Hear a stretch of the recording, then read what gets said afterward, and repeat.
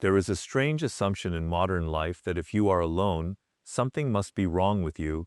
If your circle becomes smaller, people assume you have failed socially. If someone stops calling, you wonder what you did wrong. If you spend more time by yourself, you may even begin to question your own worth. But this assumption deserves to be challenged. Sometimes being alone is not evidence of failure. Sometimes it is evidence that you are becoming independent. Think about how much of your behavior is shaped by the desire for approval. You say what people want to hear. You change your opinions depending on who is in the room. You remain in relationships that have already become empty because the thought of standing alone feels worse than the reality of being mistreated. This is where solitude becomes powerful. When you are alone, the psychological machinery of social approval becomes quieter. You are no longer constantly adjusting yourself to fit someone else's expectations. You begin to ask a more important question. What do I actually think? What do I actually want? What kind of person am I becoming? That question is uncomfortable because independence requires self-confrontation. The more dependent you are on another person, the more influence that person can have over you. If you desperately need someone's approval, they possess a certain psychological advantage. If you are terrified of being abandoned, you may accept conditions you would otherwise reject. But when you develop the ability to stand alone, that leverage begins to disappear. You no longer have to win every argument. You know the goal is to avoid needing someone so desperately that you surrender your judgment. There is a profound difference between choosing people and clinging to people. A person who cannot tolerate solitude will often choose companionship at any cost. A person who has learned to be comfortable alone can become selective. They can observe people more carefully. They can distinguish genuine loyalty from convenience, friendship from dependence, and respect from temporary attention. And you begin to understand that your greatest transformation often happens when nobody is watching. So if you find yourself alone right now, do not immediately interpret it as punishment. Ask yourself what this period is trying to teach you. Because sometimes life removes the crowd not to weaken you, but to reveal whether you can stand without it. Learn to stand alone, and you become difficult to control. There is another reason solitude can be so uncomfortable. When the noise disappears, you are left alone with your own mind. We reach for our phones, scroll through endless conversations, watch something, call someone, or surround ourselves with people simply because we cannot tolerate being alone with our thoughts. We tell ourselves that we are being social, productive, or entertained, but sometimes what we are really doing is avoiding ourselves. Because solitude removes the distractions that protect us from uncomfortable truths. When you are constantly surrounded by other people, it becomes remarkably easy to blame circumstances. Someone else failed to appreciate, but when you are alone, those explanations become harder to maintain. You begin to see your own patterns. You notice how often you seek approval. You recognize the situations where insecurity controls your decisions. You remember the moments when you remained silent because you were afraid of rejection. You see how often you chased people who were clearly pulling away. You discover that some of your greatest frustrations are connected to expectations you never communicated. This is why solitude can feel almost psychologically dangerous. Why did that person's rejection hurt so deeply? Why do you need this particular person's approval? Why does being ignored make you desperate to regain their attention? Why do you become defensive when someone criticizes you? The person who asks these questions is already becoming more powerful because awareness creates distance between stimulus and reaction. Machiavelli's world was built around observation. He understood that human beings often behave according to motives they do not openly admit.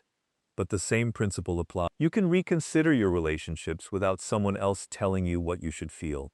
You can separate genuine desires from desires that were implanted by comparison, status, competition, or social pressure. And eventually, something changes.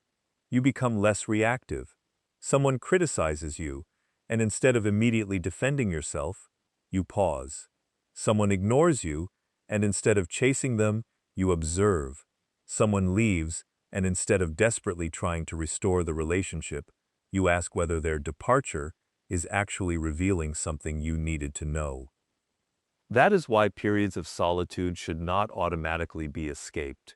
Sometimes they are invitations to think more deeply, to rebuild your identity, and to discover what remains when the applause disappears.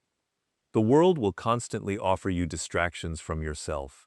Have the courage to refuse them. If you cannot sit alone with your own mind, you will always be vulnerable to someone else's influence. And once you become comfortable with your own company, another difficult lesson becomes much easier to accept. You cannot force someone to value you. This is where many people lose their power. Instead of observing the change, they immediately begin chasing the person. They send another message. They explain themselves. They ask what happened. They try harder to become interesting, useful, attractive, or indispensable. But notice what is happening psychologically. The moment you begin desperately trying to keep someone who is already choosing distance, you have allowed their attention to become the measure of your worth. And that is a dangerous position. Human beings often reveal their intentions through behavior long before they reveal them through words. This does not mean becoming suspicious of everyone. It means becoming an accurate observer. Machiavelli's great lesson was the importance of seeing people as they actually behave rather than as we wish them to be. That principle can be uncomfortable because we often create imaginary versions of people in our minds. We remember their best moments. We focus on their potential. We tell ourselves that eventually they will change. Meanwhile, their behavior is already giving us the answer. If someone consistently makes you feel that you must earn basic consideration, notice the pattern. You do not need to create a dramatic confrontation every time. Sometimes the most intelligent response is simply to reduce your investment. This is where walking away becomes an act of psychological discipline. Walking away does not mean you hate the person. It means you refuse to negotiate against yourself for their attention. There is tremendous freedom in understanding that rejection is information. It tells you something about compatibility, priorities, circumstances, or the other person's intentions. You do not have to turn every rejection into a personal tragedy. The mature response is, this is especially important because people often confuse persistence with strength. But persistence is only valuable when the direction is correct. Continuing to knock on a door that someone has deliberately closed is not always determination. Sometimes it is an inability to accept reality. Your energy is limited. Your attention is limited. Your emotional investment is limited. So you must become selective about where you place them. When you stop chasing people who repeatedly withdraw from you, those people become easier to recognize because you are no longer distracted by those who constantly demand your pursuit. The goal is not to make people afraid of losing you. That is still dependence disguised as strategy. The real goal is to become so grounded in your own value that you can accept another person's departure without abandoning yourself. Some people leave because they were never meant to stay. Let them go. Never chase someone who has already shown you where you stand. Protect your dignity and let their actions speak. And once you stop chasing people who have chosen distance, something else becomes possible. You can finally redirect that energy toward yourself. This is where solitude stops being merely a condition and becomes a strategy. Most people reveal too much too early. They announce their ambitions, explain their plans, display every small achievement, and constantly seek recognition for what they are doing. They want people to know that they are changing. They want applause before the transformation is complete. But there is another way. Work quietly. There is tremendous psychological power in developing yourself without requiring an audience.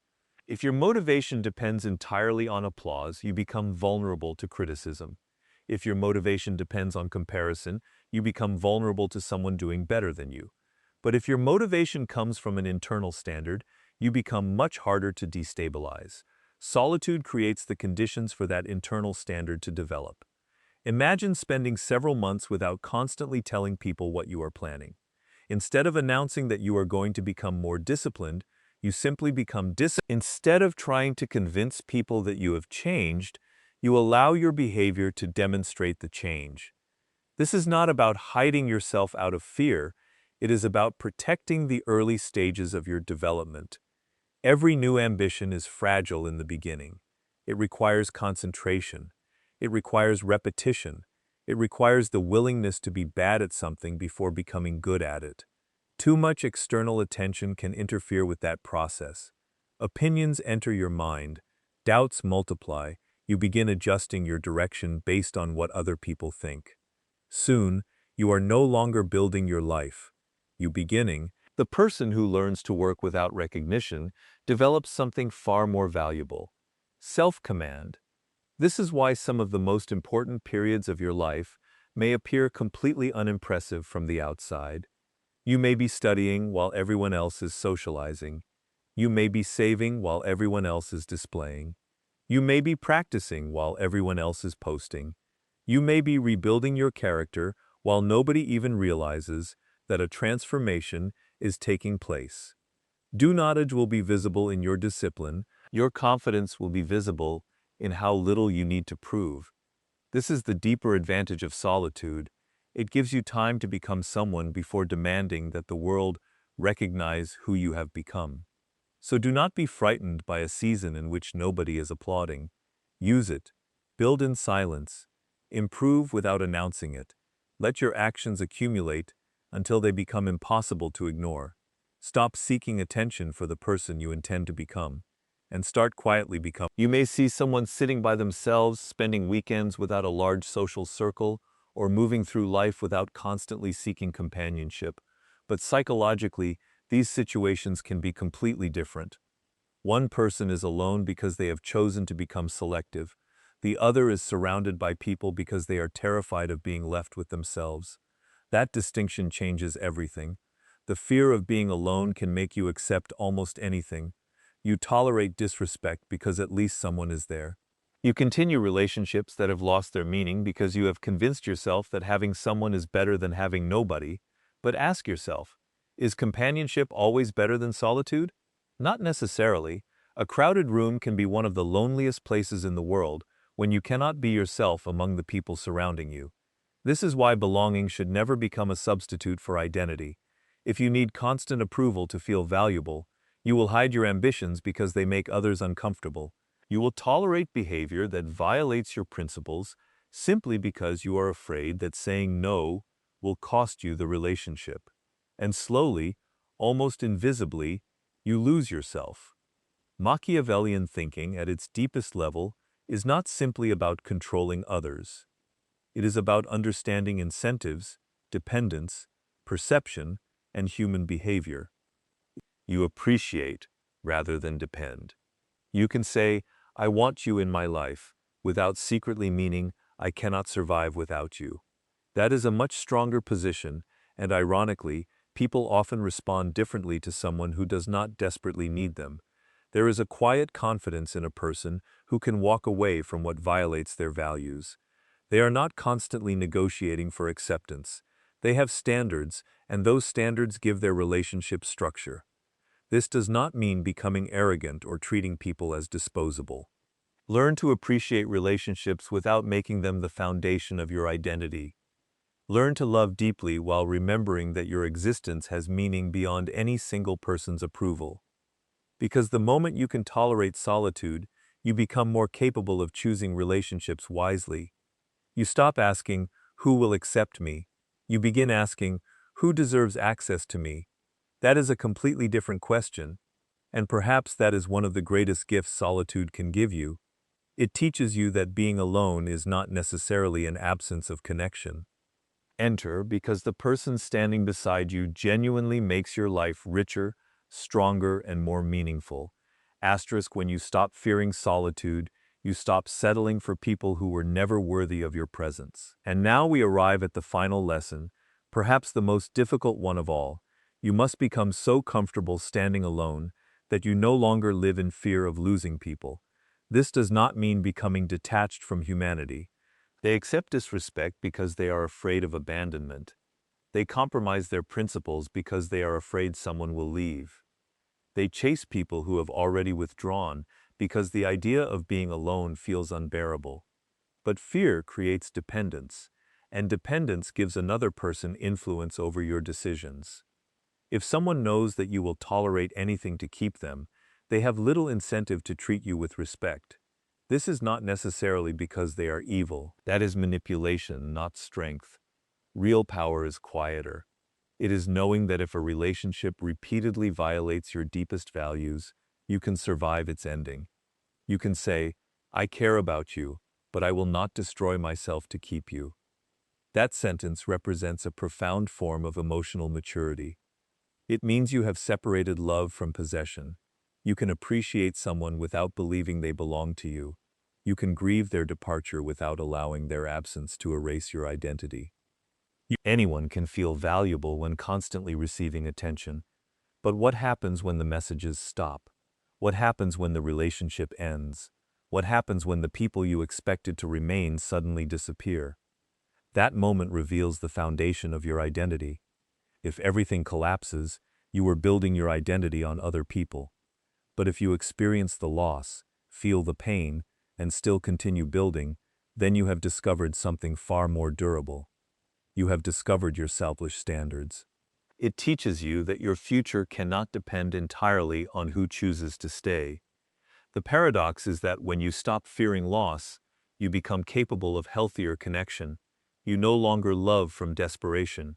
You love from choice. You no longer remain because you are afraid to leave. You remain because you genuinely want to. And there is enormous dignity in that distinction. So if someone leaves your life, do not immediately ask, how do I get them back? Ask a deeper question, more honest, more capable of standing without applause. Do not waste the pain by simply trying to restore the old version of your life. Use the disruption to build a stronger one, because eventually you reach a point where losing someone no longer feels like losing yourself. And that is the moment solitude has done its work. Become someone you refuse to abandon, even when everyone else does.